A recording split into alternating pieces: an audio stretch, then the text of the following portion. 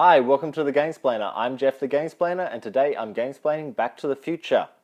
In Back to the Future, you get to play one of the 6 characters in each turn. They are the 6 up here: Biff, Doc, Jennifer, Lorraine, George, and Marty. In fact, you will start your turn by selecting one of those 6 characters. Each of them have a special ability on the bottom of their card, which you will be able to use for the entirety of your turn.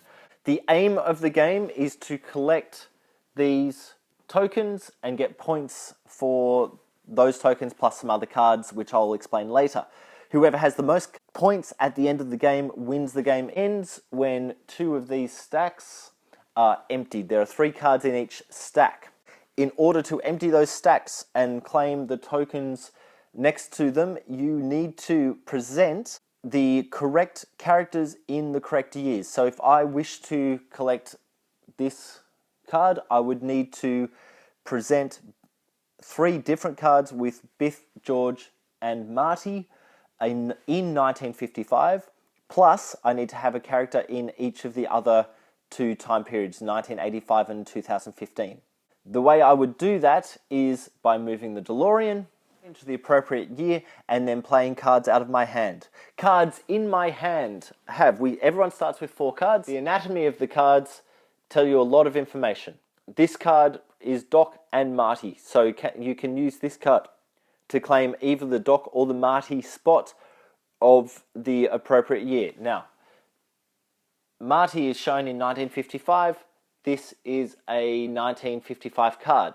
So this card could be played to fulfill the Marty requirement. In order to play this, however, I would need to get the DeLorean into 1955.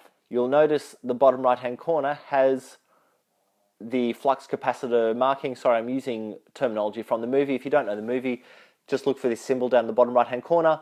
This particular card shows 3 areas of that symbol are full. This card only shows 1 of them. In order to move the DeLorean, you would need to pay cards out of your hand that give a power of 3 within the flux capacitor. So if I look at the starting hand, I'll notice that the only way I could actually get the DeLorean to 1955 is by spending the card that I actually wanted to play in 1955. However, I have one other 1955 card that I could play in order to be able to do that. So what I would do is I would spend my Doc Marty card for the flux capacitor power. That goes to a discard pile to move the DeLorean. I would then play this card into 1955. Now, when I play this card, there is a time cost on the card of 2, because there are 2 pictures of clocks. So I would need to then spend out of my hand 2 clocks. Now, because I've played a card in 1955, I now need to place 2 cards under this token. They are called ripple cards. Now, I only have 1 card to play under there at the moment, which means I couldn't actually play that card or place this card, play any of the cards that I've just played, because I don't have enough to pay the ripple cost. The ripple cost is really important because on the bottom of each card, there is a point value. This particular card I'm holding has 2 points on it, which means if this card is in the ripple deck at the end of the game, that's worth 2 points to me. So there's a number of elements that we're keeping track of in order to be able to get cards played into their appropriate spots. The other element that I mentioned very briefly is the ripple times. So if I play a card in 1955, I need to put 2 cards down. These points on the bottom are what's important on the ripple. So if I put these 2 cards in as the ripple effect, that was 3 points, will be mine at the end of the game. The ripple cost is, when you're in 1955, it's 2 cards. If you're placing characters in 1985, it's only 1 card, and there's 0 ripple cost of cards being played in 2015.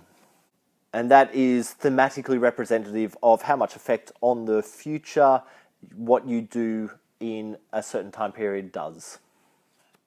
Some of the cards have this infinity symbol. Looks like a sideways 8, but it's the infinity symbol.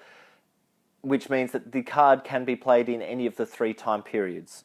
If I can get my board looking like this and the DeLorean is in the appropriate year, which is 1955, I could now claim that card and these points.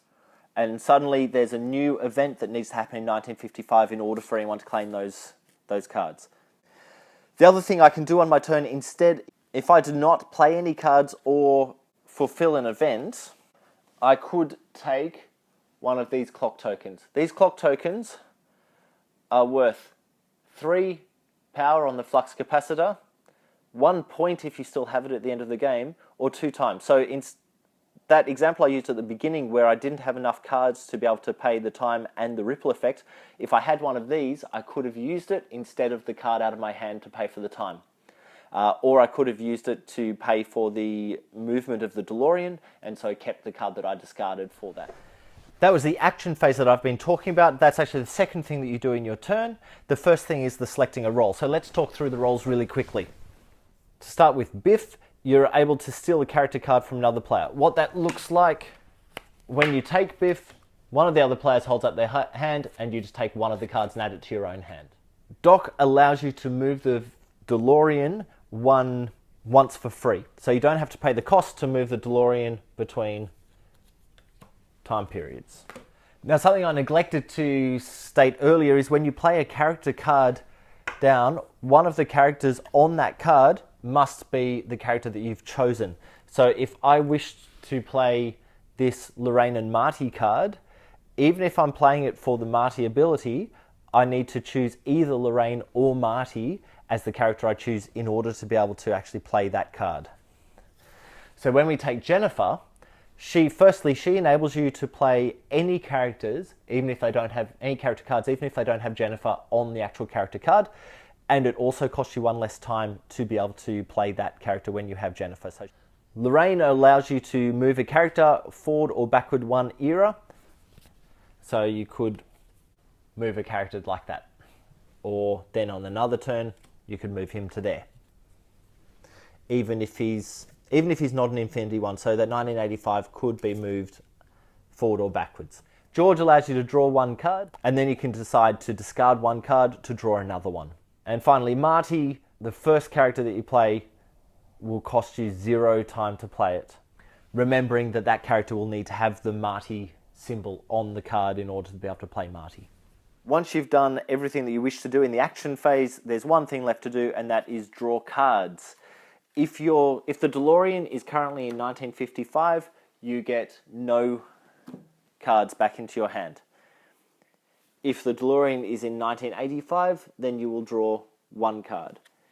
If the DeLorean is in 2015, you'll draw 2 cards. So the only way to build your hand up quickly is to be in 2015.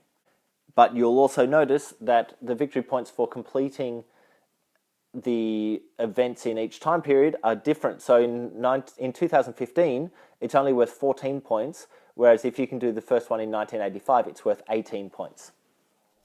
I think that is all of the rules that I've covered there. I hope that helps you get Back to the Future to the table. If you have any games that you wish to be Gamesplaned, please shoot me an email at thegamesplainer@gmail.com. Follow me on Instagram and Twitter at thegamesplainer to see what games I'm playing. Subscribe to my videos to keep up to date with the games that I'm gamesplaining, and until next time, enjoy gaming.